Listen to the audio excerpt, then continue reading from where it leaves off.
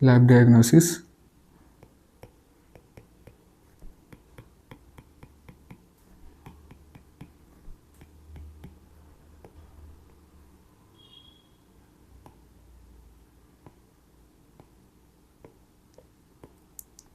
specimens will be collected based on the duration of the illness, like first week of illness. For first week of illness,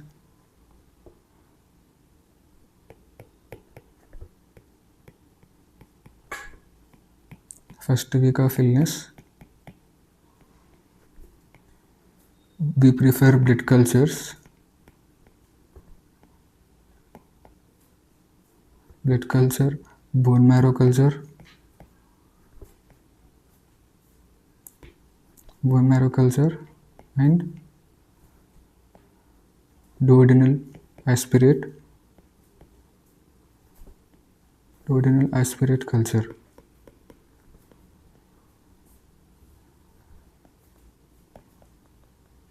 For second or third week, for second or third week, mainly vital test. Third or fourth week,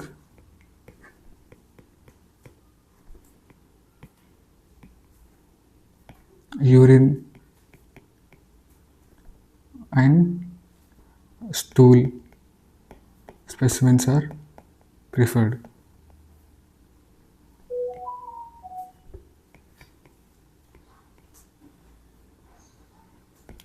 First we see about the blood culture.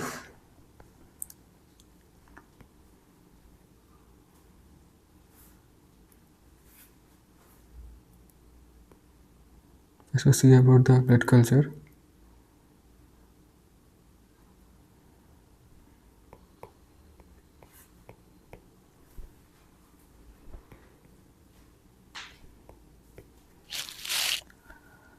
And there are two methods, conventional and automated methods.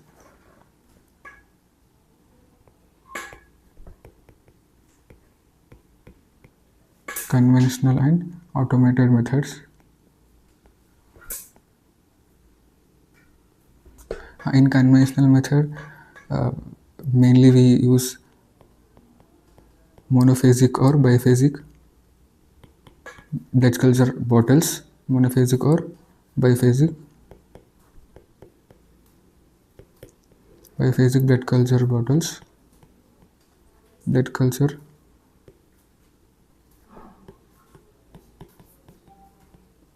In automated, we use backtech.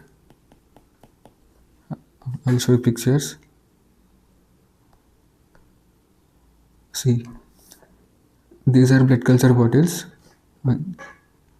It is monophasic. It is monophasic, and it contains only liquid media. And in biphasic, solid and liquid media. The third one is automated method, backtech or alert bottle.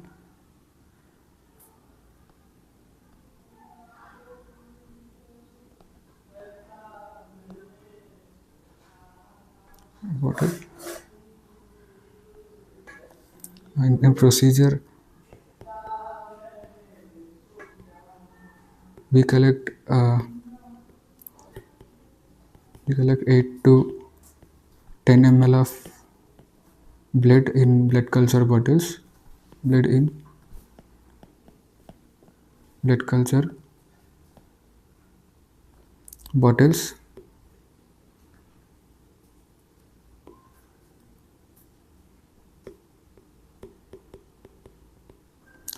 Bottles.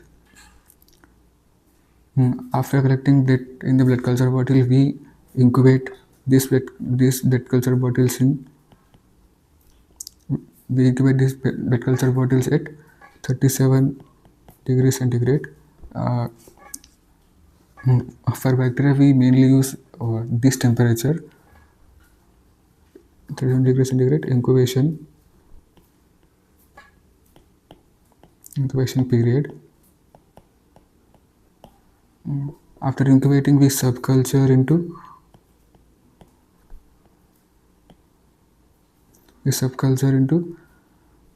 blood agar and McConaughey agar.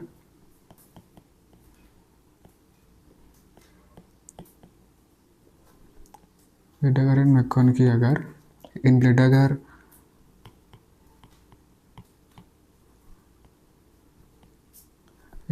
it shows non-hemolytic colonies.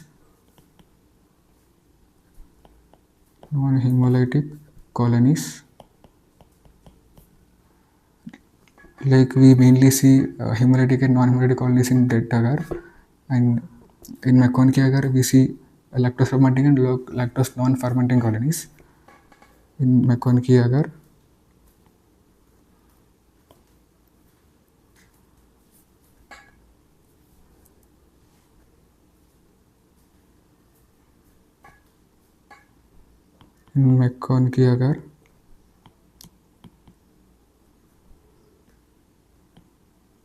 it shows non-hemolytic, non-lactose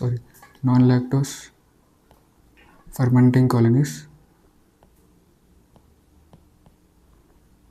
Non-lactose fermenting colonies.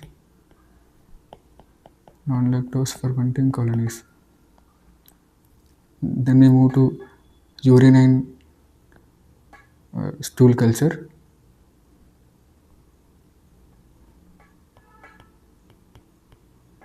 Urine and stool culture.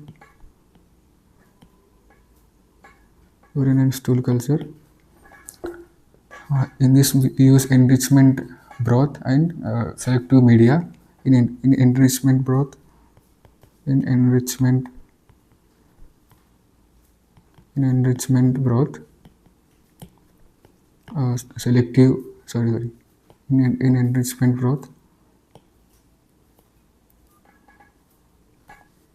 selenite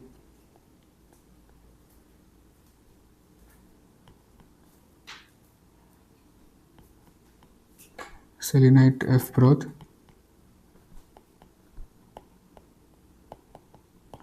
As we know, this is a gram-negative bacteria. We use gram-negative broth.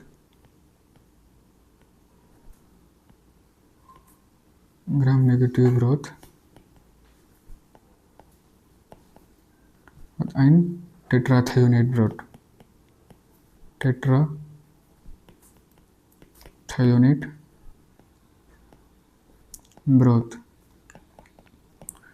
In selective media,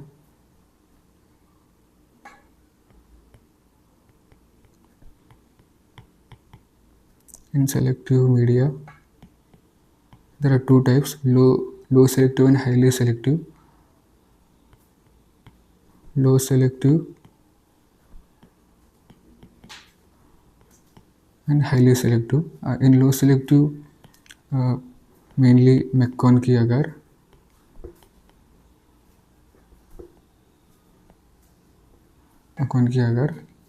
In highly selective,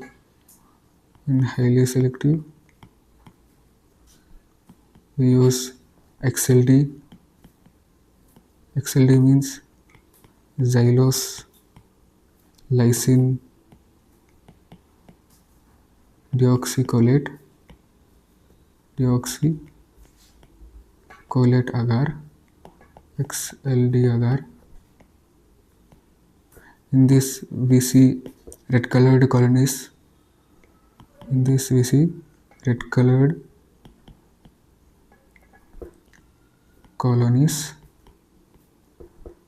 With black center.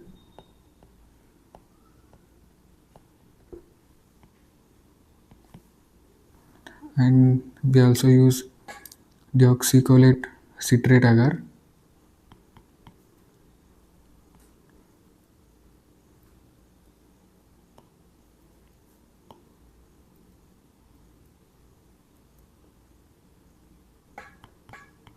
Deoxycholate citrate agar, DCA agar. deoxycholate agar, we see pale colored colonies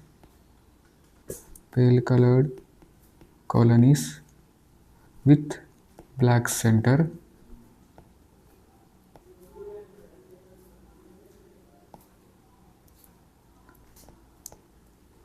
With black center. And we also use Wilson Blair.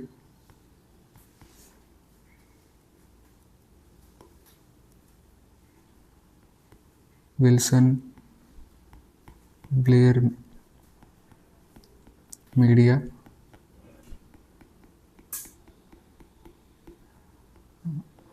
It is brilliant green in color. Brilliant green in color, having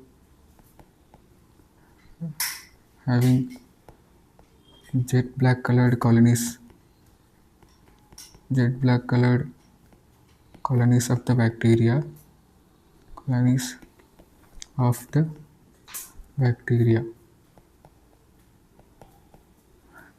As we can see here, this is Wilson Blair agar.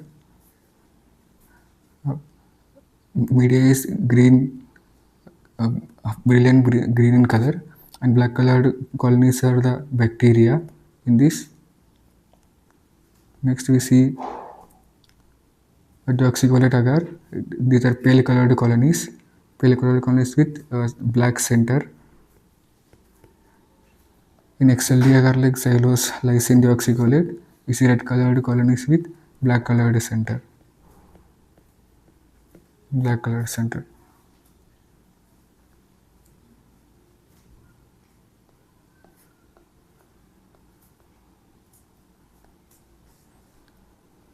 Then we move on to the culture smear.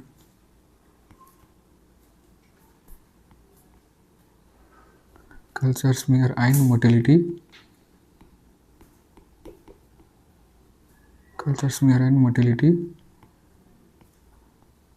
As we know, it is gram-negative bacteria. Gram-negative bacteria, and it does not produce any spores. Is non-sporing, and it does not have any encapsulation. It is non-encapsulated,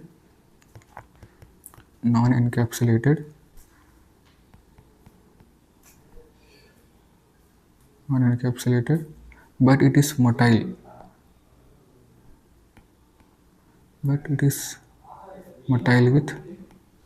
Motile with peritrichous flagella.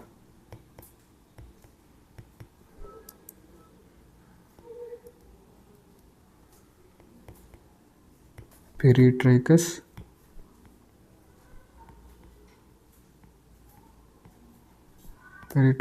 flagella. Peritrichous flagella means, if we think this is a bacteria,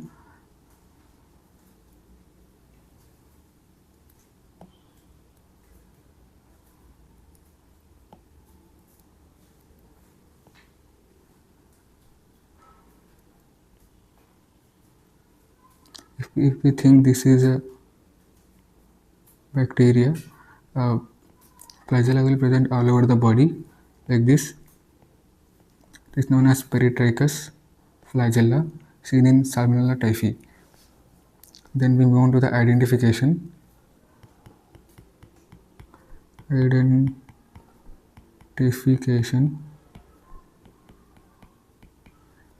identification, there are two identification methods: conventional and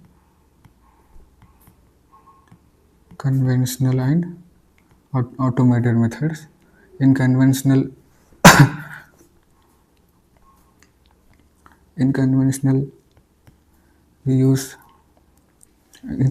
it is catalase positive, oxidase negative, catalase positive and oxidase negative.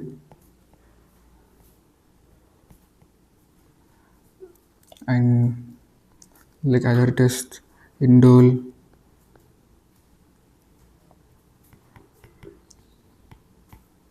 indole citrate, indole citrate and urease test also negative for this, also negative. But triple sugar iron test, triple sugar iron test, triple sugar iron test, TSI, it is in this bacteria may be acidic or alkali, acidic or alkali. It produces gas, gas will be produced except Salmonella typhi. Gas will be produced by Salmonella typhi A, B and C, will not be produced by Salmonella typhi. And H2S gas also be produced, and H2S gas is not produced by Salmonella paratyphi, paratyphi A. Uh, for gram negative, we mainly consider oxidase and TSI, triple sugar iron test, and in for gram positive cocci, we mainly prefer catalase. Then we move on to the slide agglutination test. Slide agglutination test.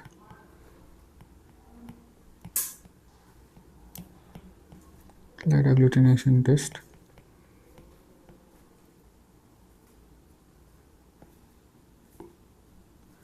In this, we use a slide. We use a slide.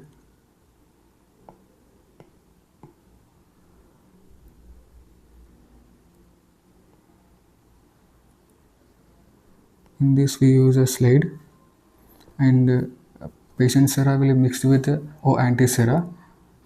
Patient sera will be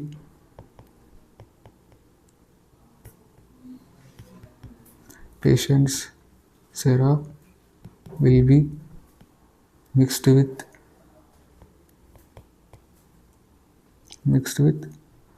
O antisera. Antisera. Salmonella typhi agglutinates. Salmonella typhi agglutinates with O9 antisera. Salmonella paratyphi A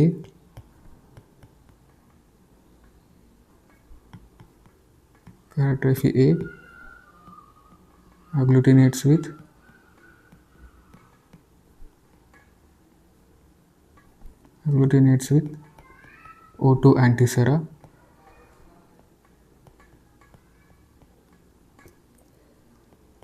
Salmonella paratyphi B agglutinates with O4 antisera. These are different antiseras specific for typhi and paratyphi A and B. Then we move to the Vidal test.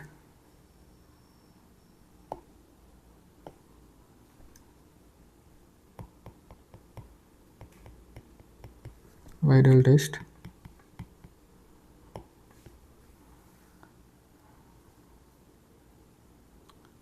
Vidal test is specific for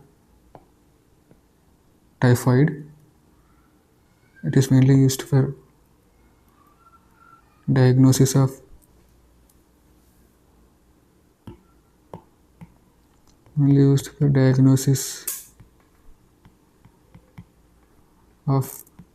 typhoid. and it is a type of agglutination type of test in which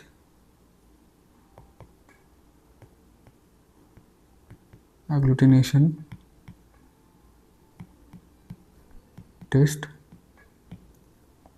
in which H and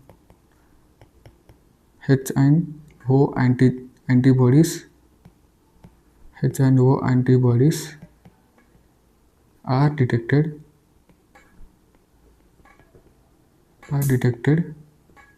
in patients antisera in patient sera in patient sera, and these are measured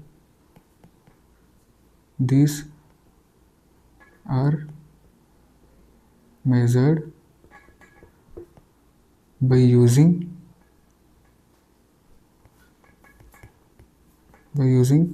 H and O antigens.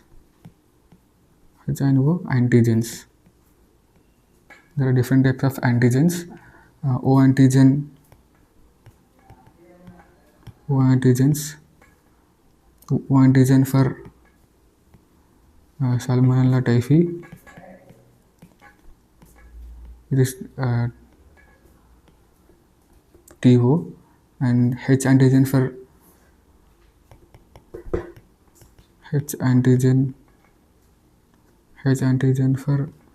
Salmonella paratyphi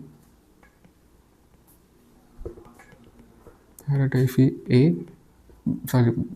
paratyphi A, AH, H antigen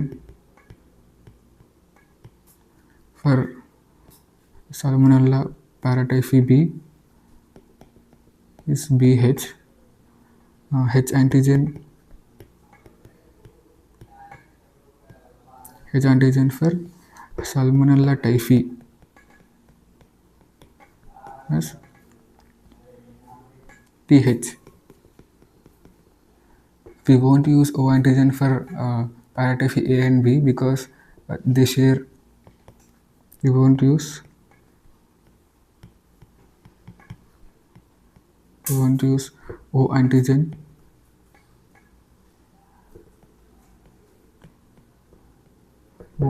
for paratyphi A and B, paratyphi A and B,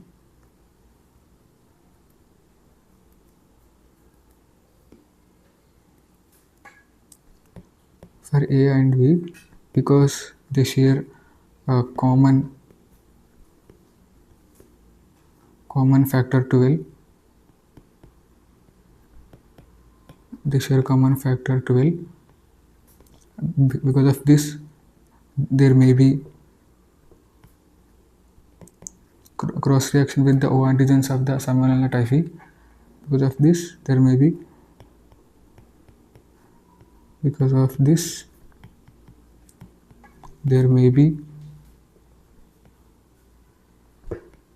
cross reaction with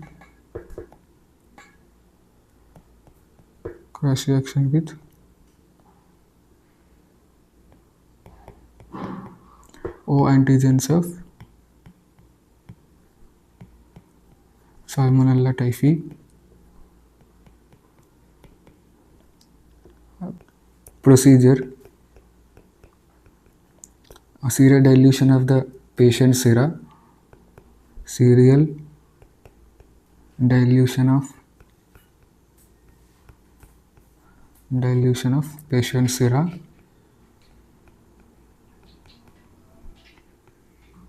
in saline in 1 in 10 dilutions to 1 in 640 dilutions. 1 in 640 dilutions, and four sets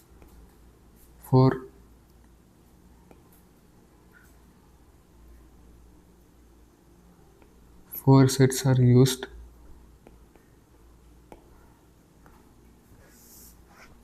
Four sets are used. like this. This is for TO and TH. There will be AH and BH test tubes also, including those four types. See, up to 6 dilutions are the maximum dilutions we can use for typhoid.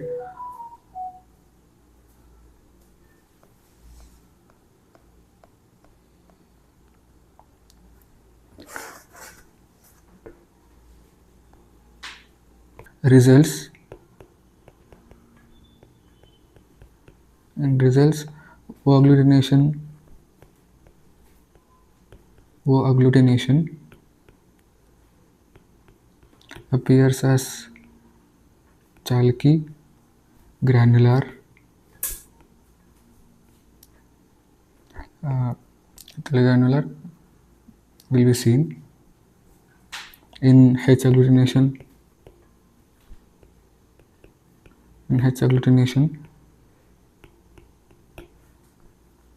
loose, fluffy, cotton-like appearance will be seen. In both these, there will be a clear supernatant,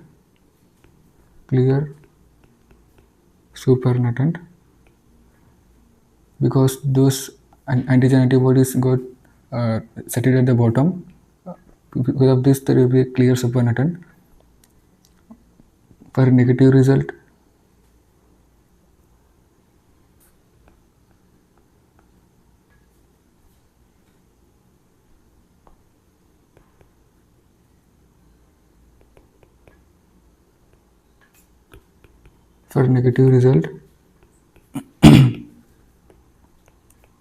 supernatant will be hazy.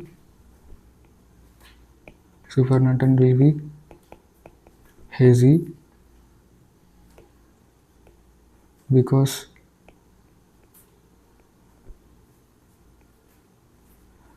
no agglutination will be seen at the bottom. Seen at the bottom.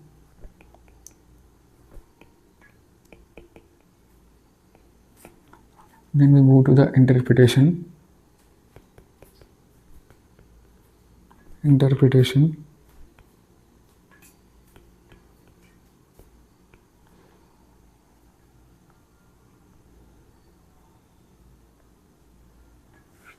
These are O-agglutination tube. It is chalky granular, and H-agglutination appears as loose fluffy cotton. Then we can move into the interpretation of ideal test. In this, O antibodies are non-specific. O antibodies are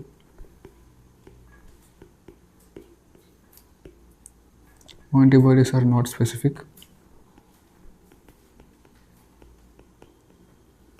As we can see here, O antibodies are present in every type of infection caused by different type of bacteria like Paratyphi A, B, and Paratyphi Salmonella typhi.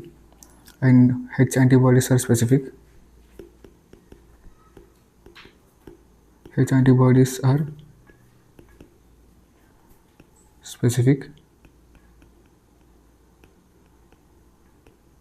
Like AH, BH, and TH for respective typhi.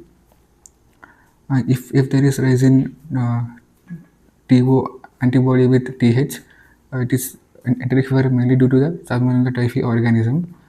And if there is rise in TO with AH antibody, this specific H antibody means is mainly due to the Salmonella paratyphi A. And rise in O antibody with BH, it is mainly due to the Paratyphi B, specific antibody BH. And if there is only rise in TO antibody, it indicates recent infection due to Salmonella typhi or Paratyphi A or B, because it is not specific, cannot indicate the type of bacteria infection. And rise in TH antibody indicates a convulsion stage or amnestic response.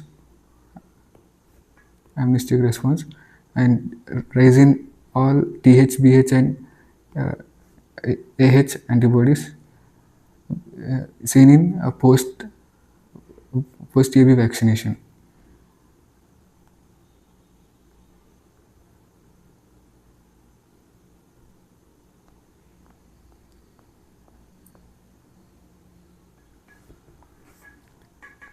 Then we move to the false positive test.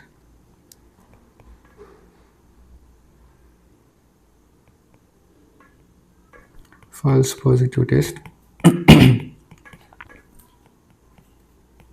False positive. A false positive, there will be a rise in titer. There will be a rise in titer.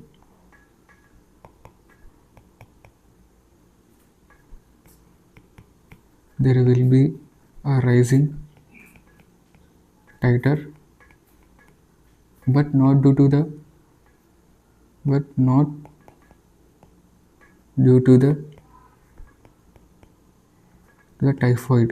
typhi organism or typhoid infection.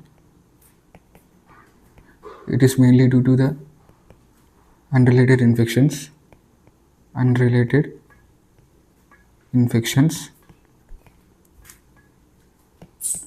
like malaria, dengue, and as I said, rise in TH antibody indicates amnestic response.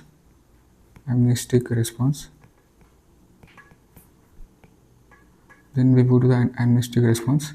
In amnestic response, there will be a fourfold rise in titer if the infection is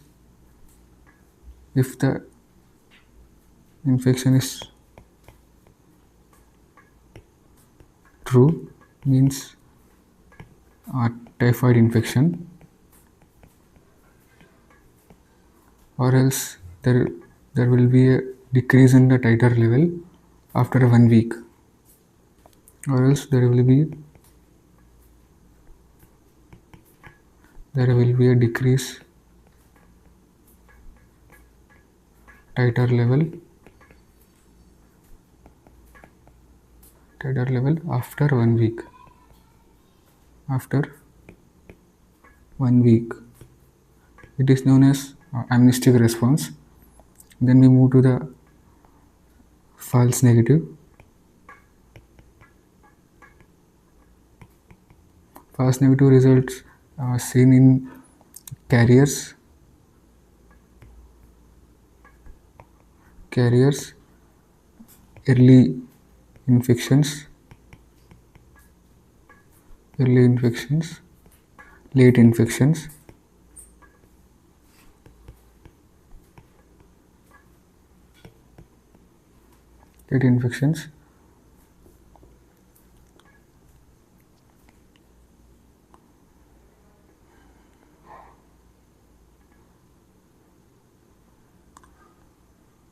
in molecular methods.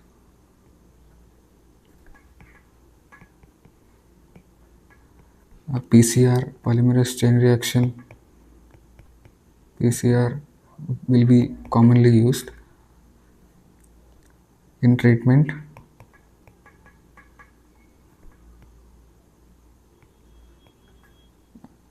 As we know, we use cephalosporins in this. Third generation cephalosporins.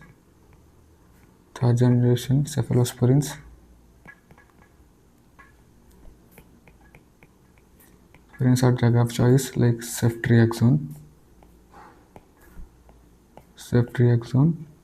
1 to 2 gram per day IV for 10 to 14 days. And azithromycin can also be an alternate drug of choice. Azithromycin also a alternate drug of choice.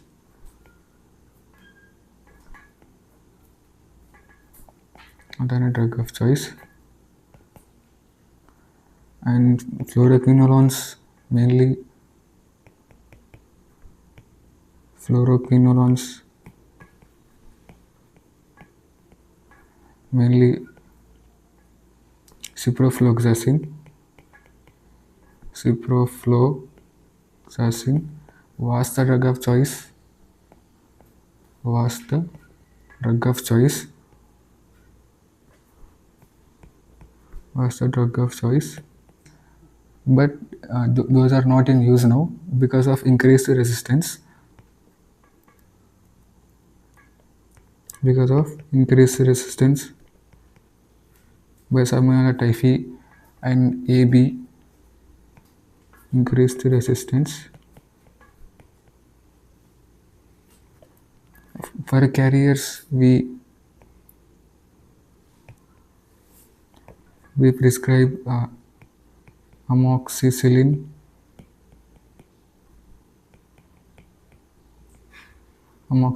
or ampicillin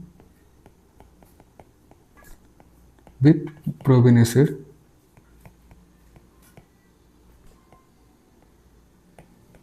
Probenecid in prevention,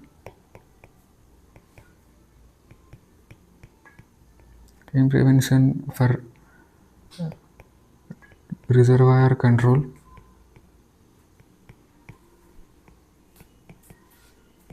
Reservoir control, we should take care of disinfection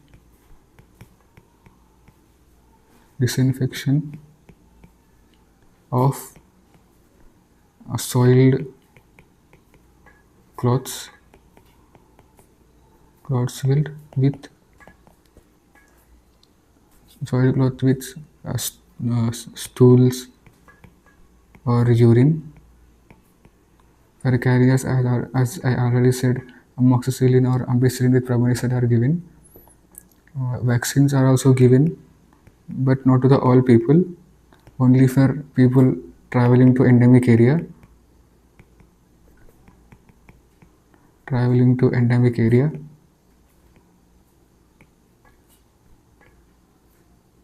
That's all about the enteric fever, guys. Study well and all the best for your exams. Thank you.